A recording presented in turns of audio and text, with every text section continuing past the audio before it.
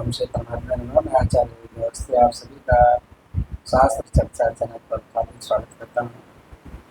परम पूज्य गुरुजी प्रातःस्मरणीय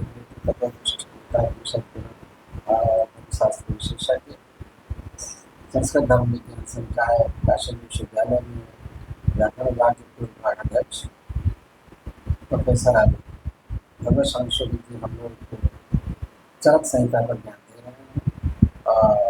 शारीरिक स्थान पर 45वें अर्थ से आज हम लोग बताएंगे जल्दी सीखने यल्लीलायित विश्वमेतदखिलं यस्मिन् पुनर्लीयते यस्मात् स्थावरजङ्गमात्मकमिदं लोकं दरीदृश्यते भासा यस्य विभान्ति सर्वजगतः ज्योतिंषि सर्वात्मना तं देवं जगदेककारणमयं वन्दे त्रिलोकीश्वरम्।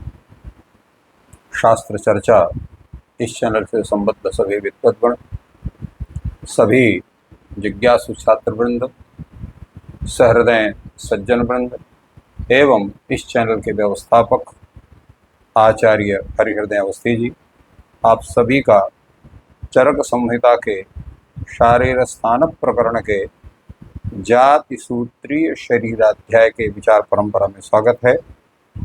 आज हम लोग इस अध्याय के 40वें अंश से विचार प्रारंभ कर रहे हैं। प्रसंग चल रहा है गर्भवती के प्रसव काल का, जिसमें कल बतलाया गया कि अगर कोई स्त्री है उसको शीघ्र प्रसव नहीं हो रहा है तो जो स्त्रियां हैं वो मंत्र विशेष का पाठ करें, और कुछ ऐसे मंत्र हैं जो प्रसव काल में यजुर्वेद के मंत्र हैं, उसको जो वहाँ ब्राह्मण बैठे रहते हैं उनसे कराना चाहिए। वो मंत्र है एजतु दशमास्यो गर्भो जरायुणा सह यथायम वायुरेजति यथा समुद्र एजति एवायम दशमास्यो असरत जरायुणा सह। इस मंत्र का पाठ वो जो उपस्थित ब्राह्मण लोग हैं जो बाहर बैठे हुए हैं प्रसव स्थान से, उनसे इस मंत्र का भी पाठ कराना चाहिए। और स्त्रियों के लिए जो कल बताया गया था, क्षितिर्जलम वियत्तेजो वायुर्विष्णु प्रजापति सगर्भां त्वां सदा पान्तु वैशल्यं च दिशन्तु ते प्रसूष्व त्वमविक्लिष्टा शुभानने कार्तिकेयद्युतिं पुत्रं कार्तिकेयाभिरक्षितम्। इस मंत्र को उन स्त्रियों को पाठ करने के लिए कहा गया है। इसके आगे की जो विचार है वो यह है, ताश्चैनाम यथोक्त गुणा स्त्रियाः अनुशिष्युः अनागताभिर्मा प्रवाहिष्ठाः य अनागताभिः प्रवाहते व्यर्थमेवास्यास्तत्कर्म भवति प्रजा चास्या विकृता विकृतिमापन्ना च श्वासकाशोस्प्लीह प्रसक्ता वा भवति। अगर ऐसी स्थिति है, प्रसव वेदना पूरी तरह से नहीं हो रही है और वो परेशान है, तो जो वहाँ पर सयानी स्त्रियां बैठी हुई हैं, जानकार हैं, वो उस गर्भिणी आसन्न प्रसवा स्त्री से कहती हैं अनागता वीर्या माँ अनागतावी माँ प्रविष्ठा। अगर तुमको प्रसव पीड़ा ठीक से नहीं हो रही है तो तुम जोर लगा करके उस बच्चे का प्रसव करने का प्रयास मत करो। क्यों? अगर ऐसा करोगे तो क्या होगा? तो कहा या अनागतावी ही प्रवाहते, जो जिसको प्रसव पीड़ा ठीक से नहीं हो रही है और वो दूसरे तरह का प्रयास कर रही है, पेट में जोर लगा रही है वायु के द्वारा, प्राणवायु के द्वारा, तो उसका वो प्रयास व्यर्थ होता है, अर्थात उससे कुछ होना जाना नहीं। व्यर्थमेव अस्याह तत्कर्म भवति, और हानि भी होती है। प्रजा चास्या विकृता, उसकी प्रजा जो है, उसकी जो संतान है वो विकृत हो सकती है। विकृति मापन्ना चाहिए, अगर विकृत ना हो तो विकृत आसन्न विकृत प्राप्त हो जाती है, और माने उसको विकृत होने के जो है वो स्थिति बनती है। उसके साथ श्वास काश शोष प्लीह प्रसक्ता हुआ, उसका श्वास रोग, काश रोग, शोष रोग, प्लीहा आदि रोगों से भी वो युक्त हो सकता है, इसलिए इस तरह का प्रयास नहीं करना चाहिए। यथा ही क्षबधूद्गार वात मूत्र पुरुष वेगान प्रयतमानोप्य प्राप्त काला न लभते कृच्छ्रेण वाप्यथाप्नोति तथा नागत कालम गर्भमपि प्रवाहमाणा। वो कहते हैं कि जैसे कोई व्यक्ति है और वह जो है डकार लेना चाहता अपने से, तो वो डकार नहीं आएगी। शबहतूतकार बात इसी प्रकार जो है वायु है, अपान वायु को छोड़ना चाहे और नहीं है, उसकी स्थिति नहीं है तो नहीं कर सकता।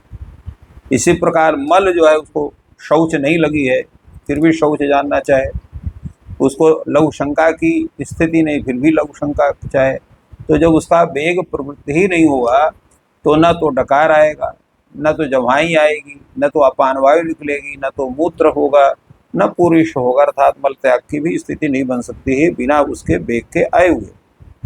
तो जब उसका समय आता है तभी वो प्राप्त होता है।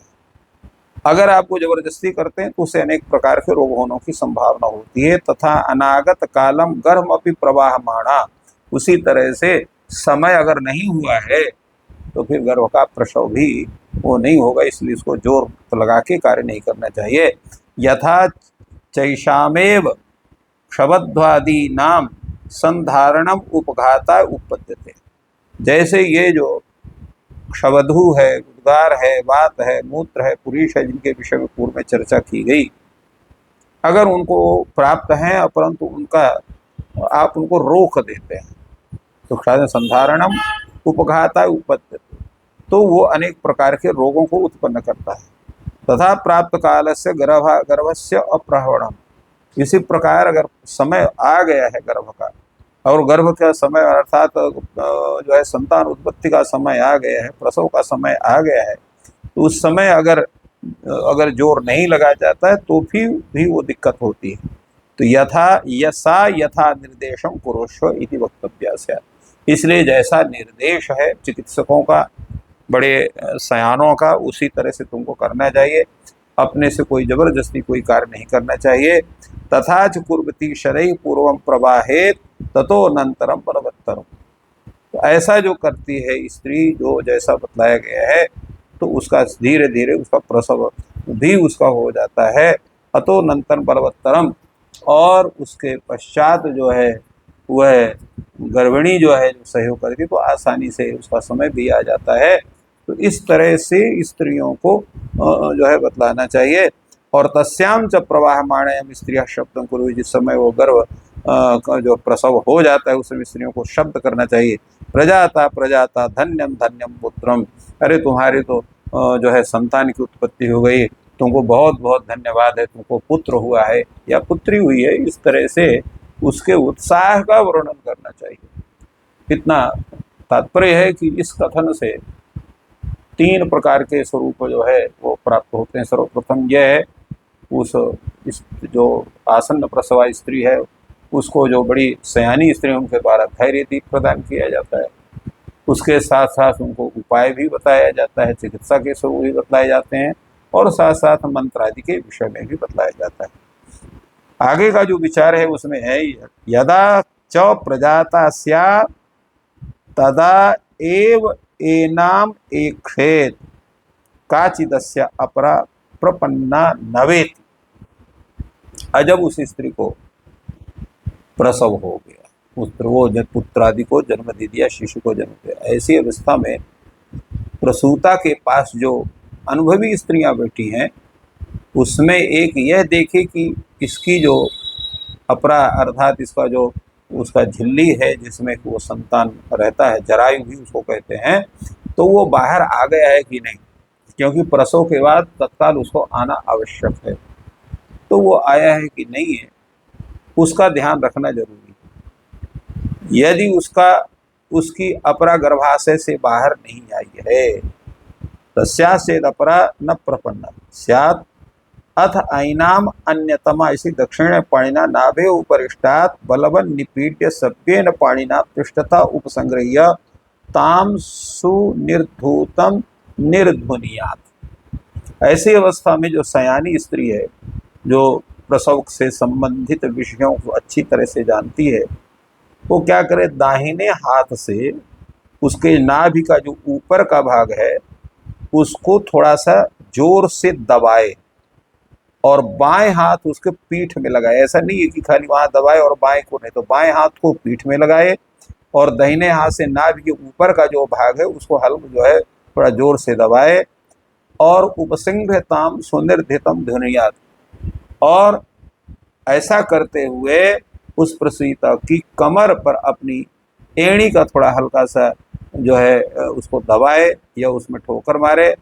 तो ऐसा करने से अथास्याह पार्ष्ण्या श्रोणीम आकोटे, जब इस तरह का ये चिकित्सा की जाएगी, व्यापार किया जाएगा, तो ऐसी अवस्था में जो प्रसूता का जो कमर का पर जो अपनी एड़ी से जोर से दबाई जो है पकड़ कर उसको जब दबाया जाता है, जितना दबाएं तत्पश्चात कंठ तथा तालु के केश समूह को भी रगड़ें। ऐसा भी है। अस्याह स्पया वो संगृह्य सुपीडितम पीड़ेत अथास्याह वालवेण्याः कंठतालु परिमृशेत भुर्ज पत्र काच मणि सर्प निर्मोकैश्चास्याह योनि धूपयेत। भोजपत्र और काचमणि और जो सर्प का जो वो त्याग होता है उसको केचुली कहते हैं, वो केचुली, इनको जो है उसमें इनको जलाकर उसको धुआं जो है उस धुएं से जो उस योनि को उसके धूपित करे। कुष्ठ ताली सकलकम बलवज यूषे मैरे सुरा मंडे तीक्ष्णे कौलत्थे व यूषे मंडूक पर्णी पिप्पली संपाके व संप्लाव्य पाययेत एनाम। और दूसरी चिकित्सा क्या है? एक तो योगी भोजपत्र है, कांचमणि माने जिसको कांच कहते हैं, केवांच भी कुछ लोग कहते हैं उसको, वो तो वो, और सांपी कैचुल इन द्रव्यों से उनको जला करके योनि के पास जो है धुआं करे।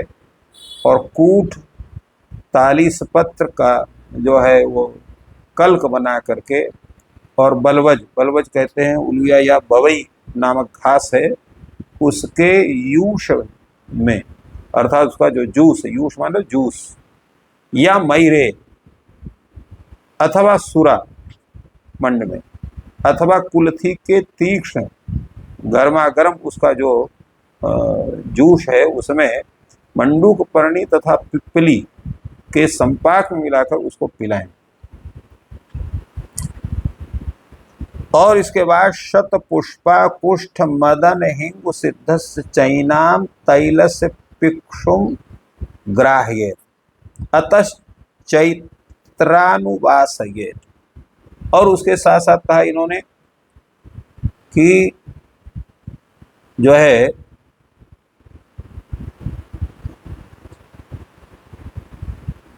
शत पुष्प कुष्ठ अर्थात छोटी इलायची,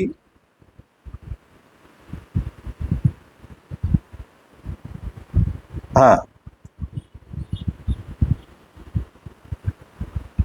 और इसके अनंतर जो है एक और जो इसमें कथन है, सूक्ष्म ऐल किलिम कुष्ठ नागर विषंग पिप्पली कालागुरु चव्य चित्रको